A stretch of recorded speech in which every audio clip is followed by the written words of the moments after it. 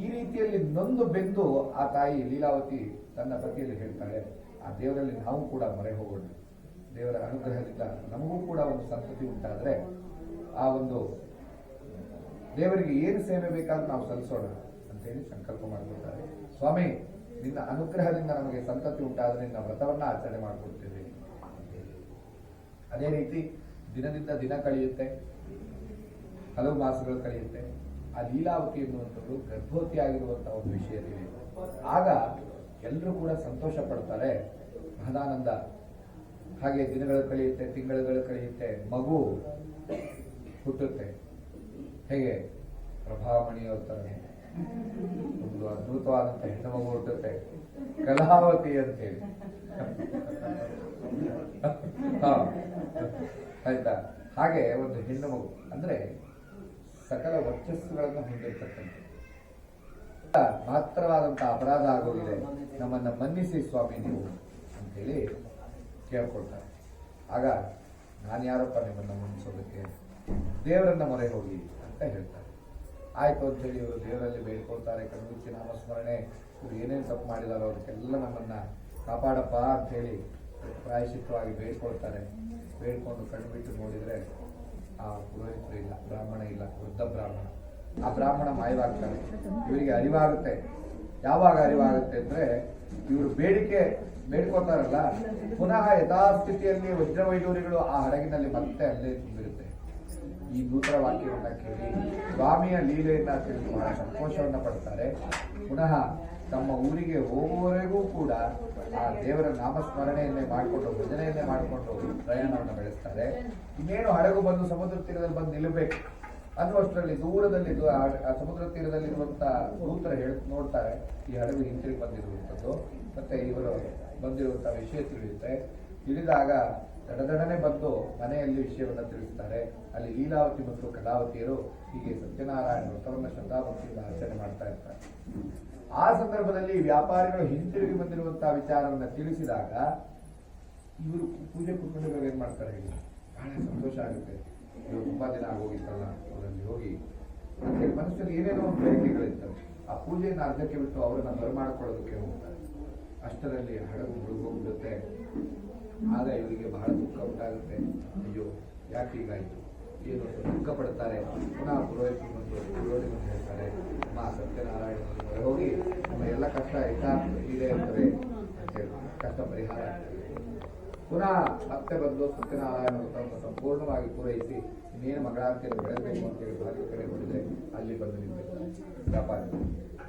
ಆಗ ಈ ಮಹಾವಿಷ್ಣುವಿನ ಲೀಲೆಯನ್ನ ತಿಳಿದಂತ ಎಲ್ಲರೂ ಸೇರಿ ದೇವರಲ್ಲಿ ಮಂಗಳಾರತಿಯನ್ನು ಬೆಳೆಸಿ ಪ್ರಾರ್ಥನೆಯನ್ನ ಮಾಡಿಕೊಂಡು ದೇವರಿಗೆ ಪುಷ್ಪವನ್ನ ಅರ್ಪಿಸ್ತಾರೆ. ಸ್ವಾಮಿ, ನಮ್ಮಿಂದ ಮಹತ್ತರವಾದಂತಹ ಅಪರಾಧ ಆಗಿದೆ, ನಮ್ಮನ್ನ ಮನ್ನಿಸು. ನಾವು ಮಾಡಿರುವಂತಹ ಅಪರಾಧಕ್ಕಾಗಿ ಪ್ರತಿ ಹುಣ್ಣಿಮೆ ದಿನದಿಂದ ವ್ರತವನ್ನು ಮಾಡಿದ್ದೇವೆ ಅಂತೇಳಿ ಸಂಕಲ್ಪ ಮಾಡಿಕೊಳ್ತಾರೆ.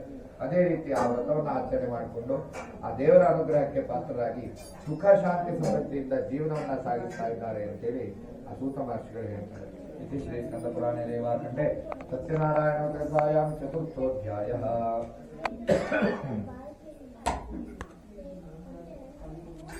ನಾವು ಗೋಪಾಲಕರಲ್ಲಿ ಯಾರಿಗೆ ಹೇಳ್ತೀವಿ?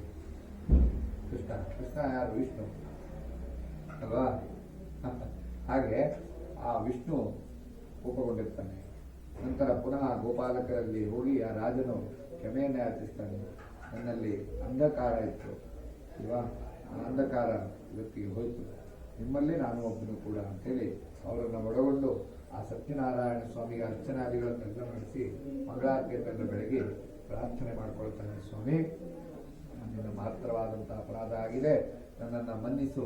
ನಾನು ಮಾಡಿರುವಂತಹ ಅಪರಾಧಕ್ಕಾಗಿ ಪ್ರತಿ ಹುಣ್ಣಿಮೆ ದಿನ ನನ್ನ ವ್ರತವನ್ನು ಮಾಡಿ ನನ್ನಲ್ಲಿ ಬೇಕಾದಷ್ಟು ಇದೆ ಐಶ್ವರ್ಯಗಳು, ದಾನ ಧರ್ಮಾದಿಗಳನ್ನು ಮಾಡಿಕೊಂಡು ನಾನು ಕಾಲವನ್ನು ಕಳೀತೇನೆ ಅಂತೇಳಿ ಆ ದೇವರಲ್ಲಿ ಬೇಡ್ಕೊಳ್ತಾನೆ. ಅದೇ ರೀತಿ ಆ ಮಹಾವಿಷ್ಣು ಕೂಡ ಅವನ ಎಲ್ಲ ಇಷ್ಟಾರ್ಥಗಳನ್ನು ಈಡೇರಿಸ್ತಾನೆ. ಎಲ್ಲರೂ ಕೂಡ ಅವನ ಅನುಗ್ರಹದಿಂದ ಸುಖ ಶಾಂತಿ ಸಮೃದ್ಧಿಯಿಂದ ಜೀವನವನ್ನು ಸಾಗಿಸ್ತಾ ಇದ್ದಾರೆ ಅಂತೇಳಿ 5 ಅಧ್ಯಾಯದ ಮುಖಾಂತರವಾಗಿ 5 ಅನ್ನೋದಕ್ಕೆ ಪಂಚ ವಿಶೇಷವಾಗಿ ಅದಕ್ಕೊಂದು ಶಕ್ತಿ ಇದೆ ಅಲ್ವಾ. ಪಂಚಭೂತಗಳಿಲ್ಲ ಅಂದ್ರೆ ನಾವಿರೋದಕ್ಕೆ ಸಾಧ್ಯವಾಗಿ ಅದಕ್ಕೆಲ್ಲ ಒಂದೊಂದು ವಿಶೇಷತೆ ಇದೆ. ಆ ರೀತಿಯಲ್ಲಿ 5 ಅಧ್ಯಾಯವನ್ನು ಮಾಡಿದ್ದಾರೆ. ಹಿಂದಿನ ಹಿರಿಯರ ಒಂದು ಅನುಭವ ಇರುತ್ತಲ್ಲ, ಅದು ಯಾವತ್ತೂ ಸುಳ್ಳಾಗೋದಿಲ್ಲ. ಈಗಿಂದು ಕ್ಷಣಿಕ, ಹಿಂದಿನದು ಶಾಶ್ವತ. ಹಾಗಾಗಿ ಆ ಸತ್ಯನಾರಾಯಣ ಸ್ವಾಮಿ ಎಲ್ರಿಗೂ ಒಳ್ಳೆ ಮಾಡಲಿ ಅಂತ ಹೇಳಿ ಆ ಸೂತ ಮಹರ್ಷಿಗಳು 5ನೇ ಅಧ್ಯಾಯದ ಕಥೆಯನ್ನು ಹೇಳುವುದರ ಮುಖಾಂತರ ಸತ್ಯನಾರಾಯಣ ವ್ರತವನ್ನು ಸಮಾಪ್ತಿಗೊಳಿಸ್ತಾರೆ. ಇದು ದೇಶದ ಪುರಾಣೆ ದೇವಾಖಂಡೇ ಸತ್ಯನಾರಾಯಣ ವ್ರತಕಥಾಯ ಪಂಚಮೋಧ್ಯಾಯ.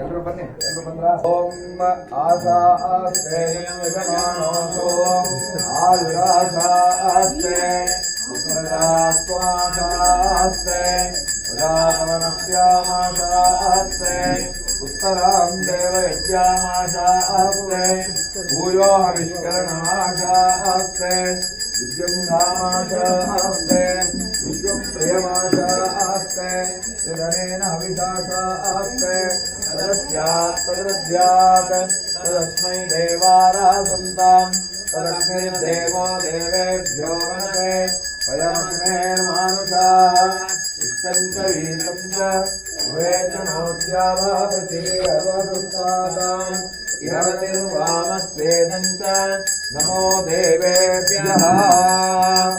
ಓಂ ಹಿರಣ್ಯಪಾತ್ರಂ ಮದೋ ಪೂರ್ಣಂ ದದಾತಿ ಮದವ್ಯೋ ದಾನೇತಿ ಏಕದಾಹಬ್ರಹ್ಮಣಿ ಏಕದೈವಯಮಾಯುಸ್ತೇಜೋ ದದಾತಿ. ಸುತ್ತಗಟ್ಟಿಬಿಟ್ಟು ಹಾಕಿ. ಸುತ್ತಗಟ್ಟಿ ಹಾಕ್ಬಿಡಿ ದೇವರಿಗೆ. ಮಂಗಲ ನೀರಾಜನಂ ಸಮರ್ಪಯಾಮಿ. ನೀವು ಮಂಗಳಾರತಿ ತಗೊಳ್ಳಿ ಮೊದಲು. ಮಂಗಲ ನೀರಾಜನಂ ದರ್ಶಯಾಮಿ ದೇವತಾ ರಕ್ಷಾಂ ಶಿರಸಾ ಗೃಹಾಮಃ. ಈ ರೈಲ್ವೆ ಬೋಗಿ ಇದ್ದಂಗೆ ಒಂದಕ್ಕೊಂದು ಜಾಯಿಂಟು ಮುಂದೆ ಬನ್ನಿ ಸ್ವಲ್ಪ ಹಾಡಿರ್ಬೇಕು. ಹಾ ಕರೆಕ್ಟ್.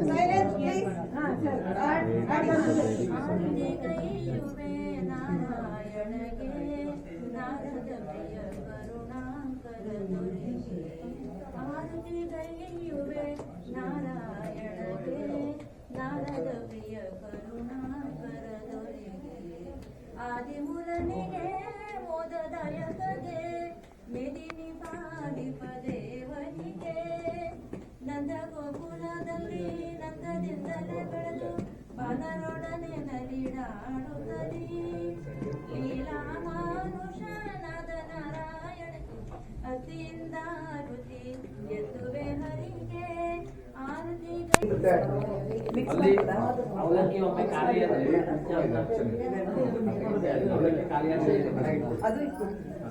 ಎಲ್ಲ ಬಂದಿದೆ ಖಾಲಿ ಮಾಡಿ 3 ಕಾಲದಲ್ಲೇ ಇದೆ.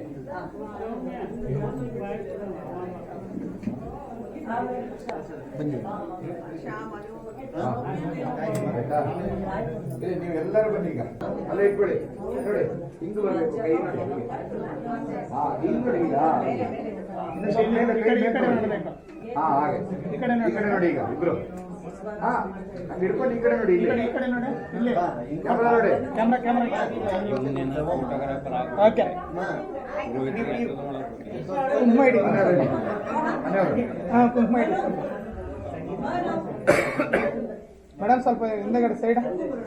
ಹಾಂ ಹೌದು. ಇಲ್ಲೋಡೆ ಇಲ್ಲೋಡಿ. ಕಣ್ಣು ಮುಚ್ಚಿಬಿಡಿ. ಇಲ್ಲಿ ನೋಡಿ ಸರ್. ಓಕೆ. ನೀವು ಆ ಕಡೆ ಕೂತ್ಕೊಳ್ಳಿ, ಈ ಕಡೆ ತಿರುಗಿ. ಮಕ್ಕಳು ನಿಮ್ಗೆ ನಮಸ್ಕಾರ ಮಾಡ್ತಾರೆ ಸರ್. ನೀವು ಅಲ್ಲೇ ತಿರ್ಕೊಂಡ್ಬಿಡಿ. ನೀವು ಮಾಡಿದ್ರೆ ಆ ಕಡೆ ಅದನ್ನ ಕೊಡಿ, ಮಕ್ಕಳಿಗೆ ಕೊಡ್ಬೇಕಲ್ಲ. ಒಳಗಡೆ ಎಲ್ಲರಿಗೂ ಬನ್ನಿ. ಎಲ್ಲೋದ್ರಿ? ಹಾ ಹುಡುಗ ಬನ್ನಿ. ಎಲ್ಲರೂ ಒಟ್ಟಿಗೆ ಮಾಡ್ಕೊಂಬಿಡಿ ಆಯ್ತಾ? ಇನ್ನ ಮತ್ತೆ ಇದ್ದಾರೆ ಅಕ್ಕ ಬಾವ. ಅಕ್ಕ ಬಾವ ಹಿಮಾದ್ರಿ. ಆದಿತ್ಯ ನಮಸ್ಕಾರ ಮಾಡೋದು. ಅವ್ರ ಮಕ್ಕಳೆಲ್ಲ ಇಲ್ಲಿ, ಆಮೇಲೆ ಅಲ್ಲಿ ಆಟ ಆಡ್ಕೊಂಡಿರ್ಲಿ. ನೀವು ಬನ್ನಿ.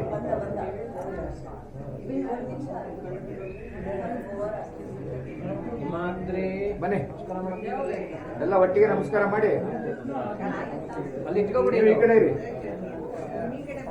ಆದ್ರೂ ಅಲ್ಲಿ ಇಟ್ಕೊಬಿಡಿ. ಹಾ ಬಲಗಡೆ ಇರಬೇಕು ಅಂತ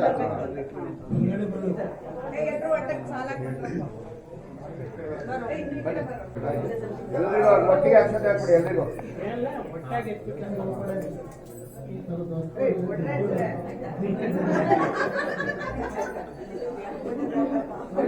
ಅವ್ರೀಗ ತಟ್ಟೆ ಕೊಡಿ, ಎಲ್ಲರೂ ಸೇರಿ ತಗೊಳ್ಳಿ. ಎಲ್ಲರೂ ಸೇರಿ ತಗೊಳ್ಳಿ. ಸ್ವಲ್ಪ ಹಿಂದೆ ಬನ್ನಿ. ಹಾ, ಸ್ವಲ್ಪ ಹಿಂದೆ. ಹಾ. ಎಲ್ಲೋಡಿ? ಈ ಕಡೆ ನೋಡಿ ಈಗ. ಹಾ. ಸರಿ ಬಂತು. ಈಗ ಚೆನ್ನಾಗಿ ಬಂತು ನೋಡಿ.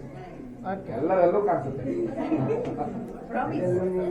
ಅಕ್ಷತೆ ಹಾಕ್ತೀವಿ ಸರ್. ಯಾಂತು ದೇವಗಣಾಸ್ತರ್ವೇ ಪೂಜಾ ಮಾದಾಯ ಪಾತ್ರೆ ಸ್ವಲ್ಪ